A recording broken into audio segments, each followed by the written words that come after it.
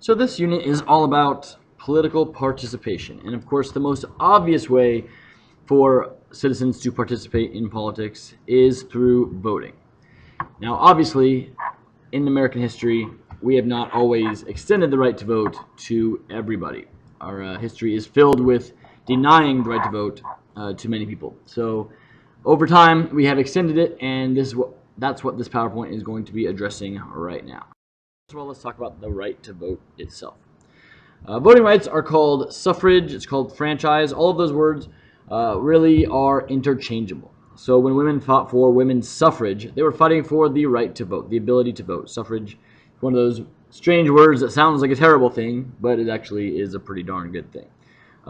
The right to vote is also called the franchise. Okay, and that's usually used kind of to show the opposite. So if the right to vote is taken away from you, then you are said to have been disenfranchised. Okay, so all of those things, whether it's providing the franchise or disfranchising, disenfranchising, having suffrage, all of those are referring to the same thing, and that's the right to vote. In 1789, when our Constitution took effect, who could vote? Right? Only white, male property owners could vote. Okay, so out of the entire population of America, only white, male property owners could vote. Okay, and that doesn't sound like it's that big a deal, but it actually made quite an impact. 1 out of every 15 adult white males could actually vote. Okay, so while many people did have property, not everybody did. And so we have a very exclusive, what we call electorate, the group of people who can actually vote. So since our electorate is so exclusive early on, many people questioned just how democratic our system really was. Okay, because very few people actually had the power that we, the people, are supposed to have.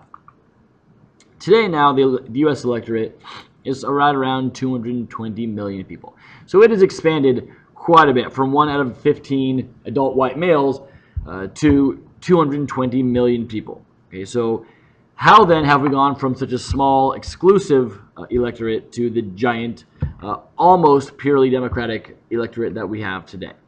Okay, well, the answer is going to come through these 5 stages we're going to look at. Look at the legislation and laws that led to new groups of people being able to vote and what impact that actually had. Let's start with the first stage, going from all white males who own property to simply all white males. In 1789, you needed to own property in order to vote. Why? Well, this is true for a number of reasons. Number one, it was said that if you owned property, you had more of a vested interest in what goes on in the country.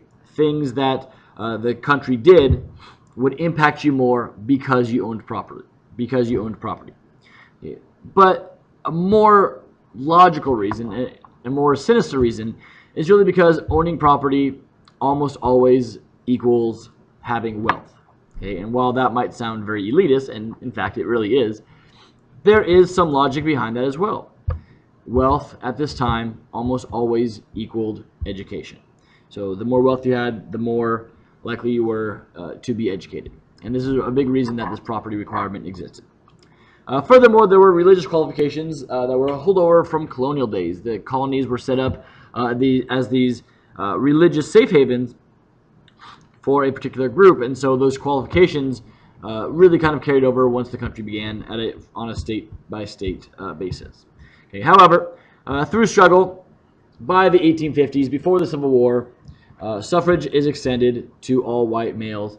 The property requirement, the religious requirements are all thrown out. Now, while there is no one specific piece of legislation that suddenly opened up the electorate, it was really a combination of a bunch of little things that over time got rid of these religious and property requirements.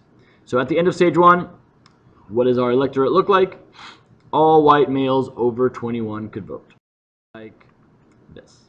All white males over 21 had the power to vote after stage 1. All right, in stage 2, we're going to extend suffrage even further. The Civil War ends slavery, but it raises a huge, gigantic, important question. What do we do with all these millions of freed former slaves? Okay. During the period after the Civil War that we call Reconstruction, many attempts were made to give rights to these former slaves. So, are they citizens of America? Do they have the same rights that we do? If they're not slaves, what are they? Should they be sent back to Africa? We really don't know. All these questions really were at the forefront of all of our minds. And so 3 major amendments are passed pretty close to each other, and we call them the Reconstruction Amendments. The 13th and 14th Amendment, while very important, don't really play into our PowerPoint here. The 15th Amendment absolutely does.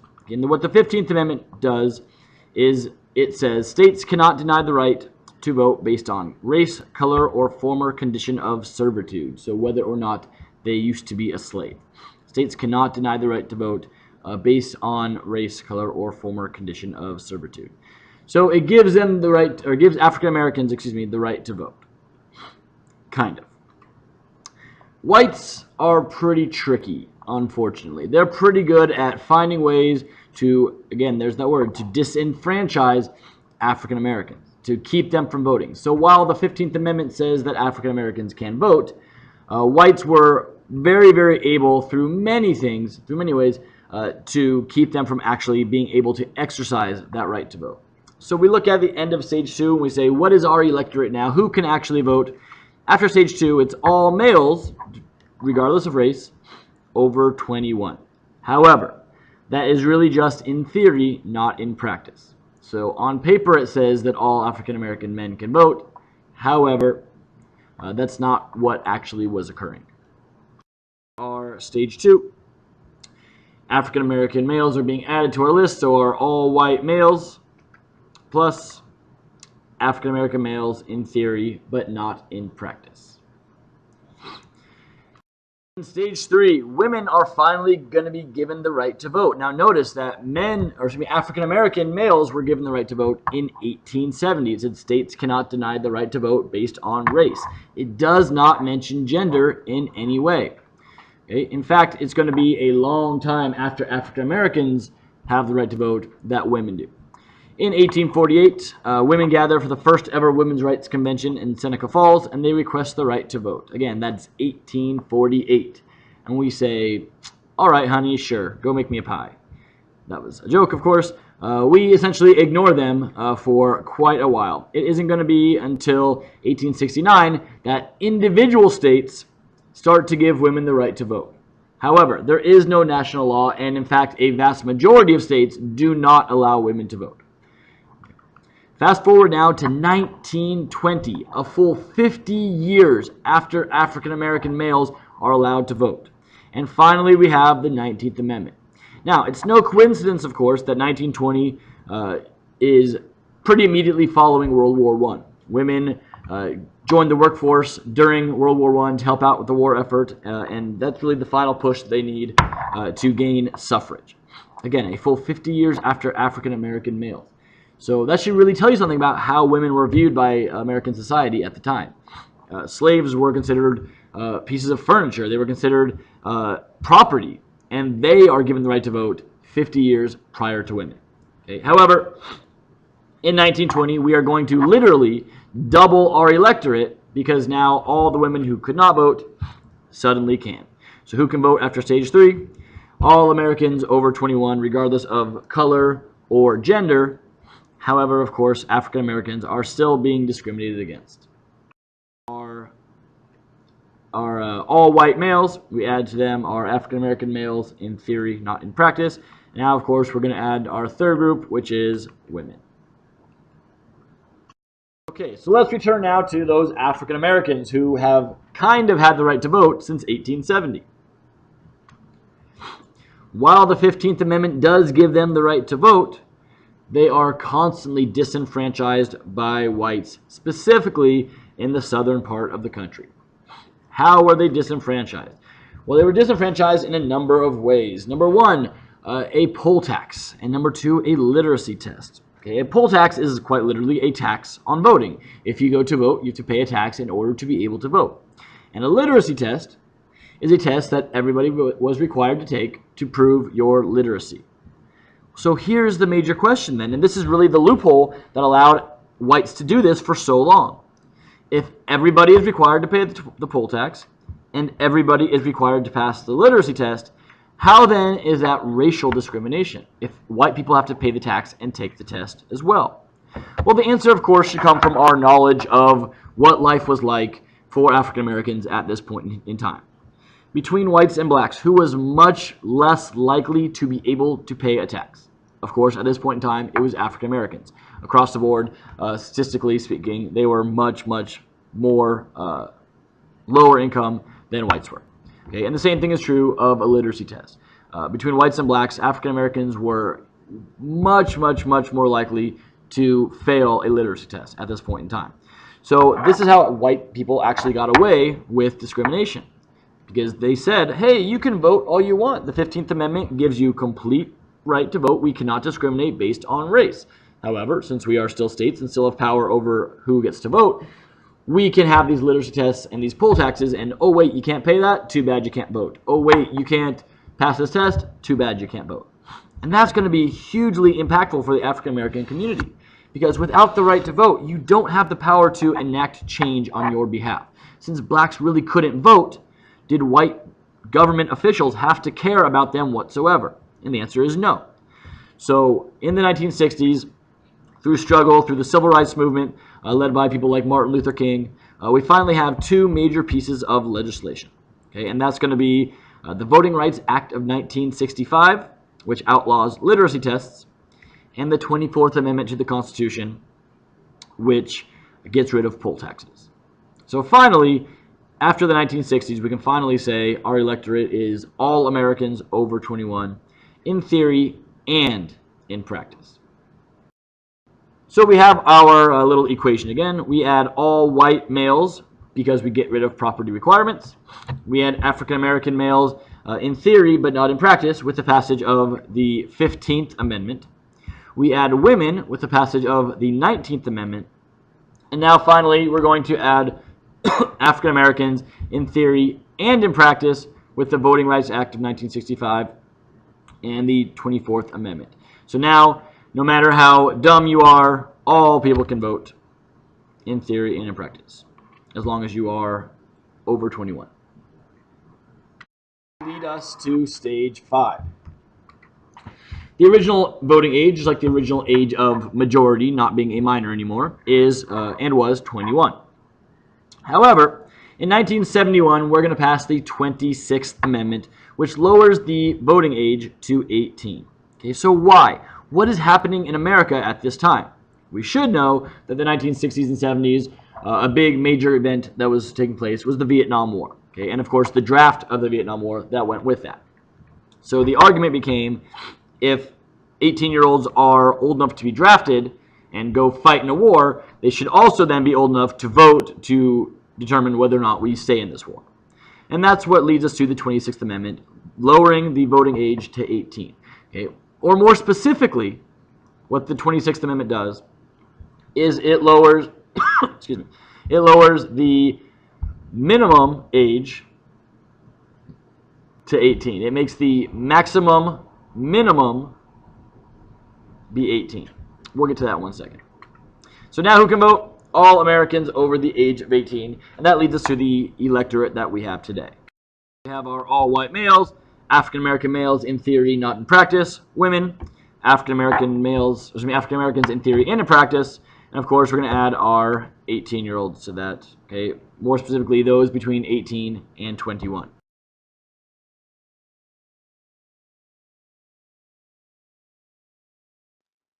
So there you have it, the expansion of our electorate to 220 million people through these 5 stages. So we've seen this trend of expanding suffrage from really the beginning of the country up until today. But thinking about today, that raises an important question. Are we still expanding suffrage, or are we in fact moving backward? The issue of voter suppression is a pretty hotly contested issue today, okay? Where people are accused of trying to disenfranchise new groups of voters. A really good example of this is the controversy over photo ID laws.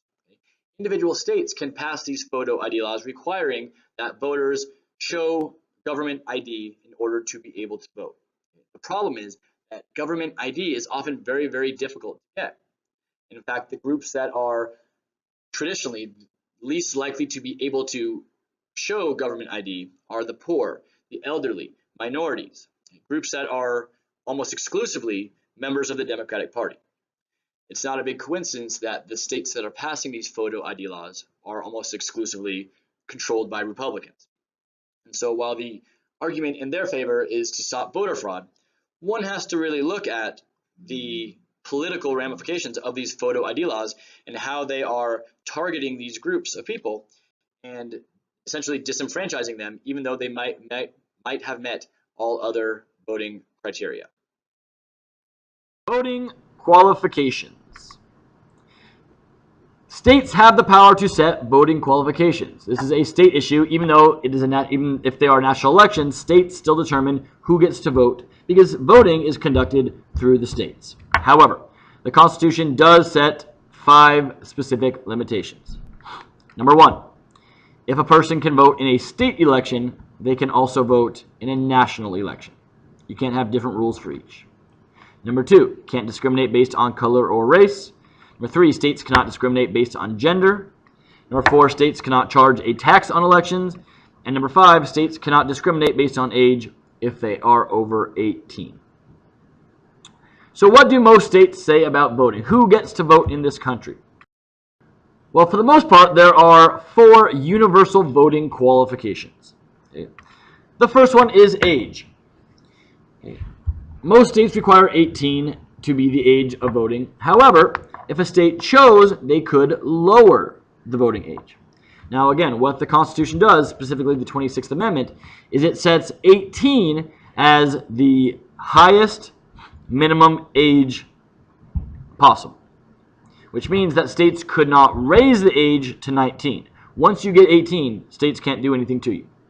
However, if a state chose, it could lower the voting age. They could make the voting age 3 if they wanted to. That's their choice. Okay. However, at this point, 18 is the age requirement of all states.